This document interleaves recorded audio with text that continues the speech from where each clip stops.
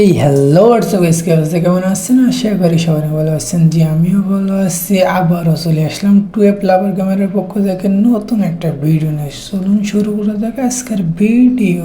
ছোট্ট একটা ইন্টু দিয়ে শুরু করা যাক আজকের ভিডিও।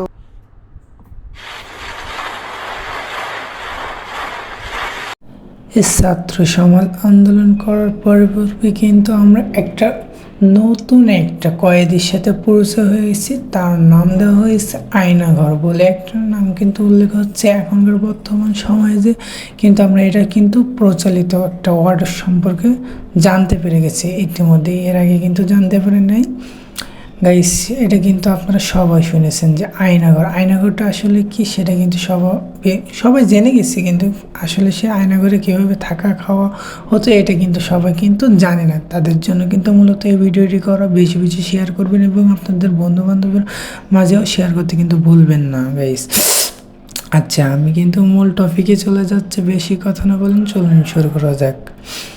আয়নাঘর, এই আয়নাঘরে যারা কিন্তু অনেকেই কিন্তু আয়নাঘরে ছিল, ইতিমধ্যে তাদের কিন্তু উদ্ধার করেছে। কিন্তু আমাদের ছাত্র সমাজের জন্য কিন্তু তারা মুক্তি পাইছে আয়নাঘর থেকে গাইস।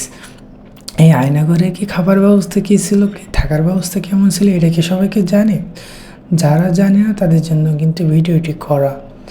জি, এই আয়নাঘরে কিন্তু 3 বেলা খাইতে দিত না, একটু ভালো মন্দ খাইতে দিত না, কিচ্ছু না। বাসি খাবার এবং পচা নষ্ট খাবার কিন্তু দিয়ে আসতো। তাদেরকে কখনো ভালো খাবার দেওয়া হয় না এবং হতোও না। সত্যি কথা বলতে কি, আমি এই কথাটা শোনার পরে আমার খুবই খারাপ লাগছিল। একটা মানুষের উপরে এভাবে টর্চার করতে পারে বা এইভাবে অত্যাচার করতে পারে, এটা কিন্তু আমি বুঝতে পারি নাই গাইস। কিন্তু আপনারা কিন্তু এটা অবশ্যই কমেন্ট বক্সে কমেন্ট করে জানিয়ে দেবেন তাদেরকে কাজটা করা ঠিক হয়েছে কিনা ঠিক হয় নাই। আসলে তারা রোজা থাকবে বলে তারা কিন্তু রোজা থাকলে একটু ভালো খাবার দিত, ছোলা এবং রুটি, এগুলো খাবার একটু ভালো দিত, বলতে বাসি কম হয়তো। এই খাবারটা দিত বলে সবাই রোজা থাকতো। কয়েদির ভিতরে যারা আয়নাঘরের ভিতরে যারা বন্দি ছিল তারা কিন্তু এইভাবে এটা খাইতো।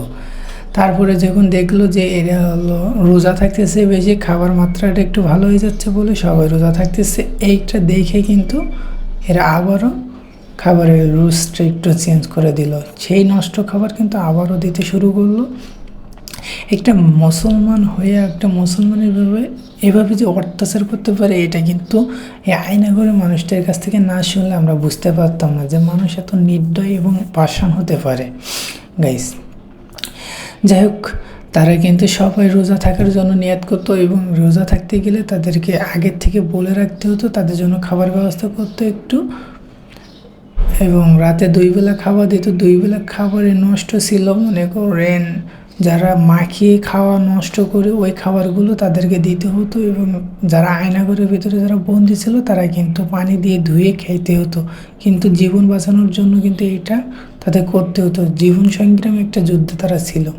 আসলে আমি মনে করি এরা যে প্রাকমন কিছু আছে না সৈনিক, এই সৈনিকদের মতো তাদেরকে অত্যাচার করেছে এইসবে, কারণ তাদেরকে ট্রেনিং দিলে ওইভাবে তাদেরকে অত্যাচার করে না। কিন্তু আসলে আমাদের বাংলাদেশের মানুষ মুসলমান হয়েও আরেকটা মুসলমানের যে এইভাবে টর্চার করতে পারে, এইভাবে অত্যাচার করতে পারে, এটা কিন্তু আমরা এই যে আয়নাঘর থেকে না আসলে কিন্তু এই ভাইয়ারা যদি না আসলো আমরা কিন্তু বুঝতে পারতাম না সবাই। যাই হোক, আমি বললাম যে তাদের খাওয়ার ব্যবস্থা কেমন ছিল এটা কিন্তু বলার জন্য আপনাদের কাছে আসছে। আর যদি ভিডিওটি ভালো লাগে তাহলে আপনাদের বন্ধুদের মাঝে শেয়ার করে দিতে ভুলবেন না, কারণ এটাও কিন্তু জানার দরকার আমাদের বাংলাদেশে কেমন চলতেছে গণতান্ত্রিক বাংলাদেশ, আমাদের স্বাধীন বাংলাদেশ। 30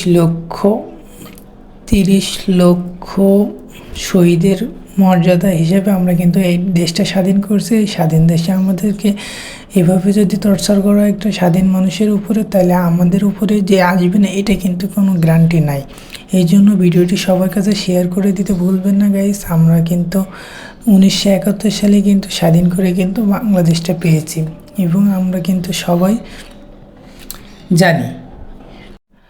আমার বন্ধুরা, আমি আপনাদের কাছে একটা কথা জানতে চাইবো যে এই কাজটা কি তারা ঠিক করছে কি না ভুল করছে, এটা কিন্তু আপনারা কমেন্ট বক্সে কমেন্ট করে জানিয়ে দিতে ভুলবেন না গাইস। এমন আনকমন ফ্যাক্ট এবং সম্পর্কে ভিডিও পেতে আমাদের চ্যানেলটি সাবস্ক্রাইব করে পাশে থাকবেন এবং বেল নোটিফিকেশনটা বাটনটা বাজিয়ে দিতে ভুলবেন না এবং বেশি বেশি শেয়ার করবেন এবং এই ভিডিওটি সবার কাছে পৌঁছে দেওয়ার দায়িত্ব কিন্তু আপনাদের। গাইস ভালো থাকবেন, সুস্থ থাকবেন, আমার জন্য দোয়া করবেন। আল্লাহ হাফেজ।